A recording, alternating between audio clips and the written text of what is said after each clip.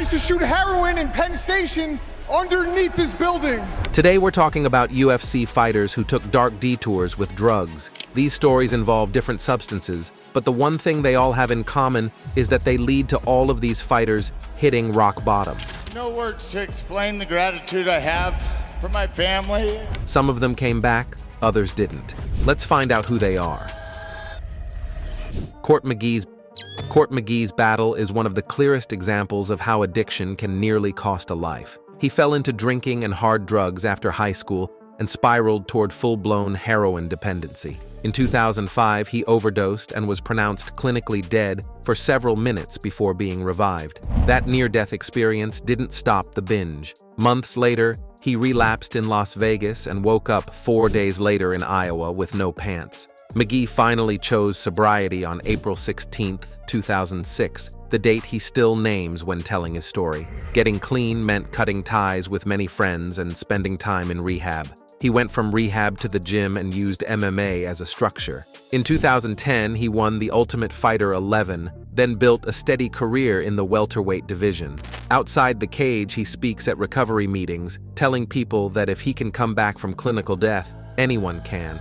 No words to explain the gratitude I have for my family, my coaches. The fact that he once woke up in a different state with no memory still shocks new fans, but he treats it as proof of how far he fell and how far he has climbed. McGee's path before and after that overdose sheds light on how a normal kid can wind up pushing heroin. Raised in a working-class family in Utah, he started drinking in his teens. His drug use escalated from beer to cocaine, and finally heroin in quick succession, and he was soon homeless and stealing to support the habit.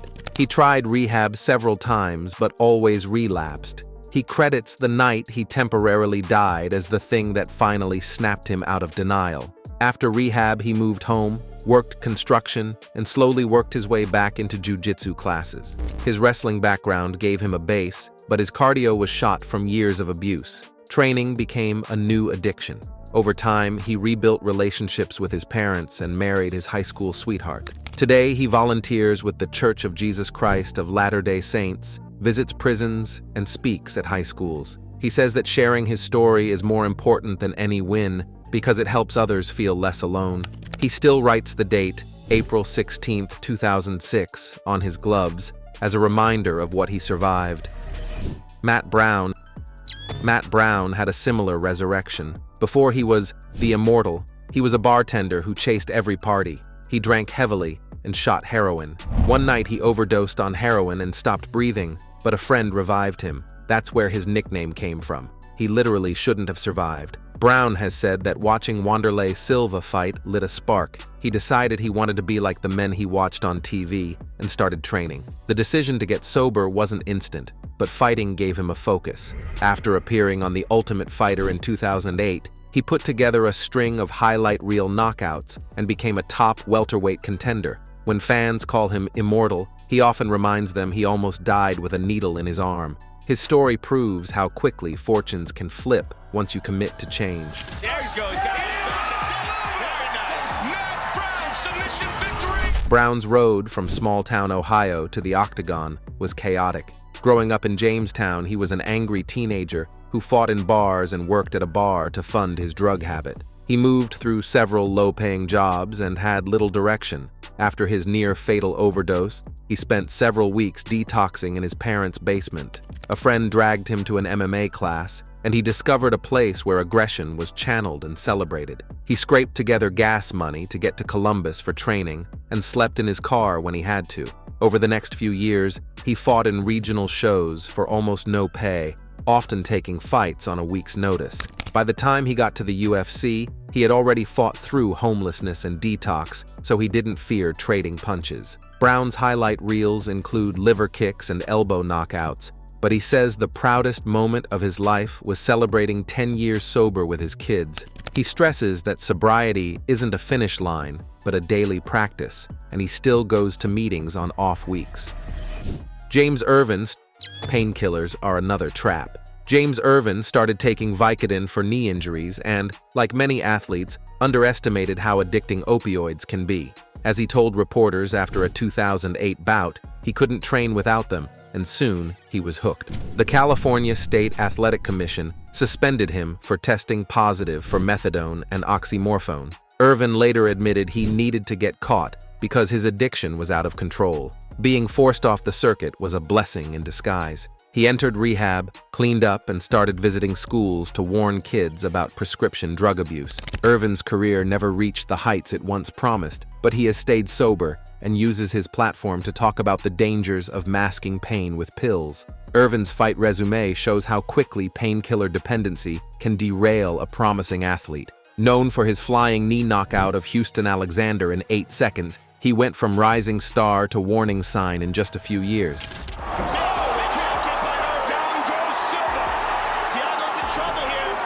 After knee surgery, he was prescribed painkillers and took them exactly as directed at first. When his supply ran out, he turned to the black market. He tried to hide his habit by training at odd hours and avoiding weigh-ins with teammates, but his performances suffered. When he popped for methadone and oxymorphone, he expected condemnation from fans and promoters. Instead, many older fighters reached out and told him they had gone through similar struggles. That support helped him check into rehab. He later tried to reinvent himself at middleweight, but his body never fully recovered. Today, Irvin coaches part-time and tells his students that they must speak up when injured instead of self-medicating. Lyle Beerbohm's story is even more dramatic. A talented high school wrestler, Beerbohm began using meth and dropped out. Over 6 years, he committed 8 felonies to finance his habit and landed in prison. While locked up, he watched The Ultimate Fighter and set a goal: join a gym as soon as he was free. After his release, he went straight to an MMA academy and 8 days later won his first fight. Fighting provided structure and purpose. 1 year in the Washington State Penitentiary where he saw the UFC on TV. Tomorrow he got out of jail. 8 days later, he had his first amateur fight. Beerbohm went on to compete in Strikeforce and other promotions, racking up a solid record. He credits his sobriety to the discipline of training and still speaks candidly about stealing from his own family to buy meth. His story shows that even severe meth addiction doesn't have to be a life sentence. Beerbohm's nickname, Fancy Pants, comes from the brightly colored spandex shorts his mother sewed for his first pro fight. The name stuck and, along with his undefeated run, made him a cult figure in the late 2000s. He started his career 21-0, beating opponents with relentless wrestling and awkward striking. As his profile rose, he openly discussed his time in prison, saying that boredom and lack of purpose were major triggers for relapse. He credits his coach, Dennis Hallman, for keeping him accountable and even taking away his car keys when he looked shaky. Beerbohm's climb stalled after back-to-back losses to Pat Healy and Shinya Aoki, but he still fought on regional cards into his 40s. He now runs a landscaping business and coaches youth wrestling in Washington State. He says the pride he sees in his daughter's eyes when he stays clean is worth more than any fight purse. Rico Rodriguez hit the highest peak before falling. The New York native captured the UFC heavyweight title in 2002. After that, he partied hard and began using cocaine. His self-indulgent lifestyle became a drug addiction that cost him his belt and his contract. He tested positive for marijuana and cocaine after an MMA bout on November 17, 2006, and received a 6-month suspension. During that period, his personal life collapsed. Reports from the time recount a bizarre accident in which he crashed his car into an 18-wheeler while high and then tried to move his unconscious girlfriend into the driver's seat. Rodriguez later appeared on the reality show Celebrity Rehab with Dr. Drew, hoping to win back custody of his son. The show documented his struggle with substance abuse. After rehab, he continued to fight in smaller promotions and eventually moved to Thailand, where he trains and teaches. He acknowledges he wasted his prime years, but stresses that he now mentors younger fighters so they don't make the same mistakes. Rodriguez's career before his fall was impressive. He earned an ADCC gold medal and a Brazilian Jiu-Jitsu world title, then tore through the UFC heavyweight division with wins over Andrei Arlovski, Tsuyoshi Kosaka, and Pete Williams. At UFC 39, he weathered a pounding from Randy Couture and rallied to force a verbal tap in the 5th round, becoming the first Hispanic American to win a UFC championship. Fame hit fast, and he admits he spent his first title purse on sports cars and parties. Friends say he went from training twice a day to missing sessions and showing up still high. After losing his title to Tim Sylvia, he ballooned in weight and fought at over 300 pounds. When he tested positive for cocaine in 2006, his sponsors dropped him. Appearing on Celebrity Rehab was his last chance to regain his son's custody. On the show, he confronted denial, cried on camera, and promised to change. Fans were skeptical, but he moved to Phuket, slimmed down, and started coaching at AKA Thailand. He competes in grappling tournaments and emphasizes that no belt or trophy matters if you can't be present for your children. Jared Gordon never won a UFC title, but his battles outside the cage are just as compelling. Growing up in New York, he suffered injuries that doctors treated with Vicodin, OxyContin, and Percocet. He enjoyed the high and kept taking pills until he was using up to 10 a day. When the pills ran out, he turned to heroin. Gordon overdosed 3 times, and at one point faced a potential 25-year sentence if caught selling. In 2015, another overdose left him homeless and covered in blood. He woke up in a hospital and decided to change his life. Gordon moved into his parents' basement, detoxed, and slowly returned to training. Within 2 years, he was on the regional circuit. By December 2018, he had nearly 3 years of sobriety and signed with the UFC. Gordon speaks openly about his past, crediting his coaches and his faith for keeping him clean. He often says that walking to the cage doesn't scare him because he already stared death in the face. I used to shoot heroin in Penn Station underneath this building. Now I'm fighting in it and knocking guys out. Gordon trains at Renzo Gracie Academy in Manhattan, where he often mentors younger grapplers who know him more for his backstory than his fight record. Early in his career, he balanced construction work with training and sometimes slept at the gym to avoid old neighborhoods. His first UFC win came against Michel Quinones at a June 2017 fight night, where he dominated and then used his post-fight interview to thank the hospital staff who saved him. He relapsed briefly in 2017 after a broken orbital bone required surgery, and he was prescribed painkillers again, but a friend caught him and he returned to meetings. Since then, he has remained clean and speaks at addiction recovery centers across the country. He also volunteers with a charity that provides recovery housing for addicts leaving jail. Gordon says his goal is to become a champion, but even if he never holds a belt, staying sober and helping others is a win. Mark Coleman's addictions weren't street drugs, but alcohol and painkillers. The former UFC heavyweight champion retired in 2010 after hip surgery. Doctors told him he needed another replacement and would never fight again. Depressed and in constant pain, he drank heavily. His drinking strained his relationship with his family and, by his own admission, turned him into someone his daughters barely recognized. In 2012, he entered rehab and learned to accept help. Coleman has remained sober for years and often posts about his recovery on social media.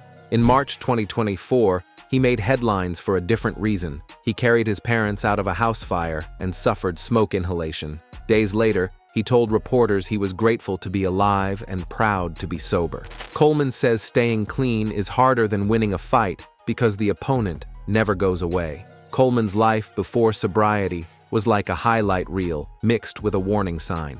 A collegiate wrestling standout at Ohio State University, he won an NCAA title and later claimed gold at the 1991 World Championships.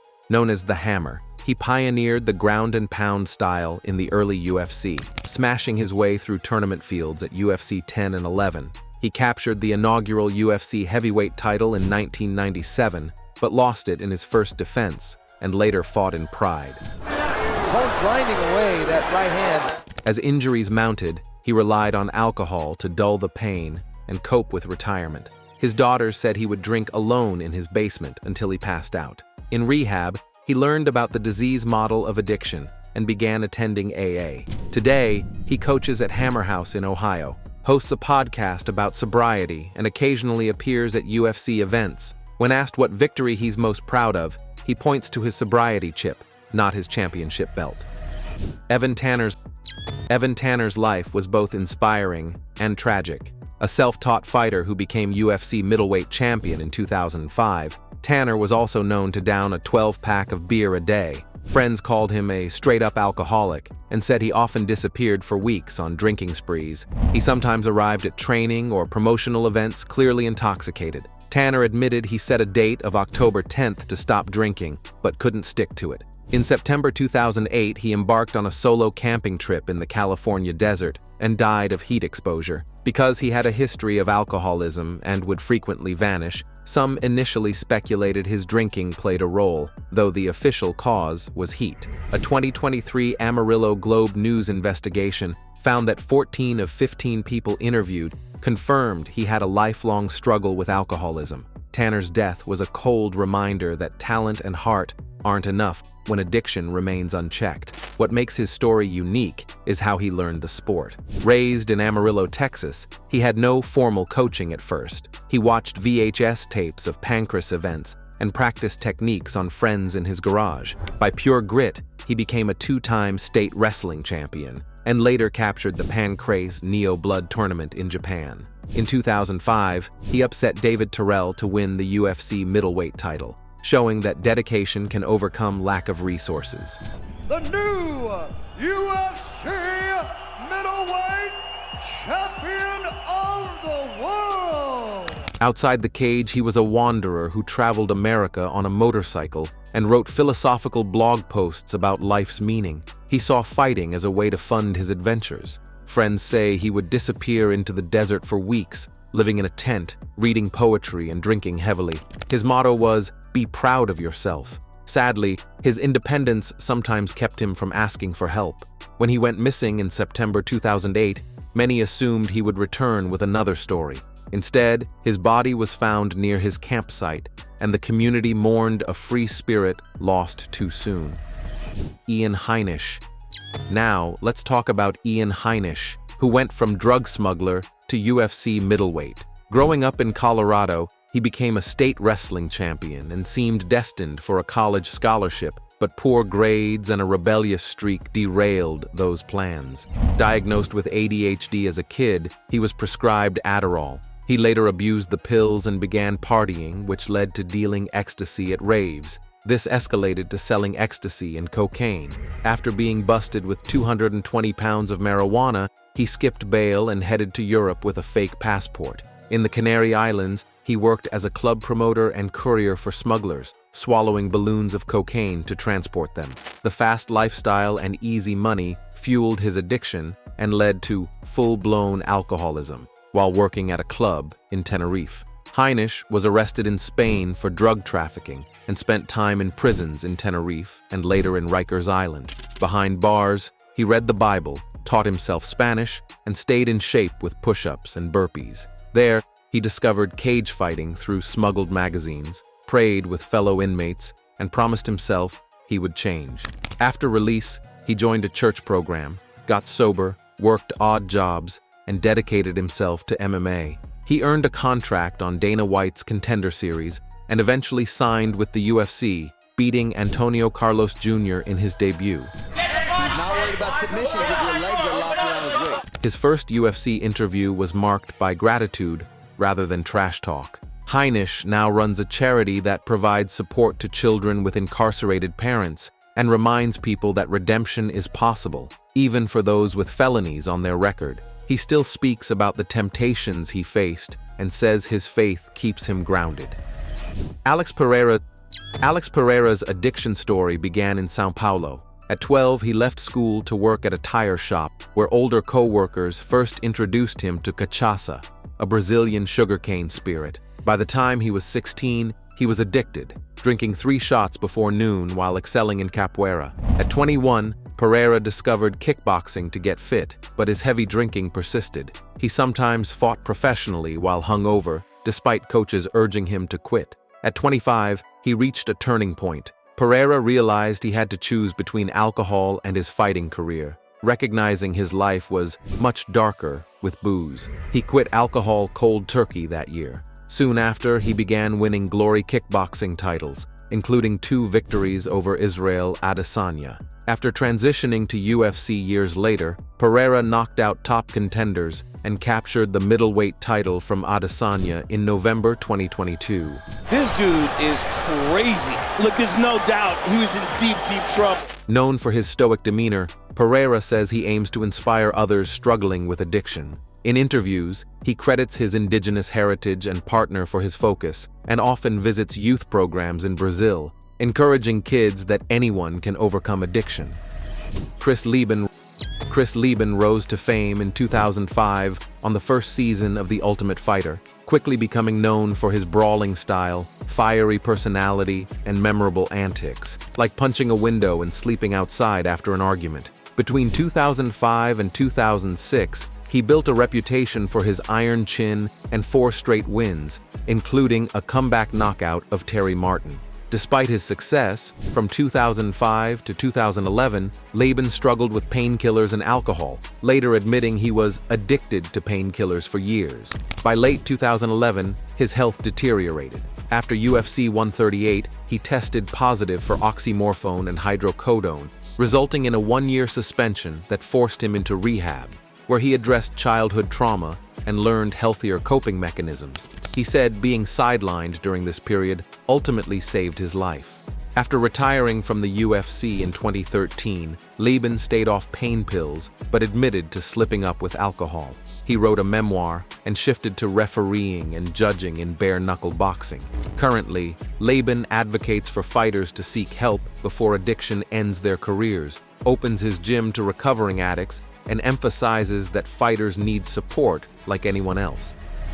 Jon Jones is the most decorated and complex fighter here. He began his UFC career with a meteoric rise, becoming UFC's youngest champion by defeating Mauricio Rua in his early 20s, and then defending the light heavyweight belt 8 times against legends like Rashad Evans, Lyoto Machida, and Alexander Gustafsson, showcasing innovative striking and wrestling. Raised in a religious household, Jones abstained from alcohol until he could drive, but after gaining stardom, he began partying. His first public misstep occurred in 2012 with a DUI arrest. Shortly before his 2015 hit-and-run incident during his 2014 training camp, he admitted to using cocaine, though he claimed it was a one-time event. In December 2014, he failed an out-of-competition cocaine test, briefly entered rehab, and then defeated Daniel Cormier that same month. His rapid rehab exit sparked doubts about his commitment to recovery. Flying knee, big elbow. Man, the elbows are the story in this fight. In a 2016 USA Today interview, Jones stated marijuana was his true addiction, describing heavy daily usage and highlighting that frequent cannabis use can cause dependency. By 2016, he claimed to have quit daily marijuana use and was preparing for a comeback. Following the 2015 hit and run, his title was stripped and he was placed on probation. From 2015 to 2018, he was suspended due to a banned steroid metabolite and multiple traffic incidents, keeping him from fighting until his return in 2018. After this suspension, Jones reclaimed his title, later moved to heavyweight, and captured a second title in 2023. Jones admits to still drinking and using marijuana occasionally, but now sets stricter boundaries. Some fans praised his honesty in the 2016 interview about marijuana addiction, while others felt he minimized his cocaine use. Despite his setbacks, Jones maintains his dominance and sees his journey as a warning for young athletes. Critics argue his behavior impacts his legacy, but Jones insists that acknowledging his past makes him a more authentic role model. Mark Kerr.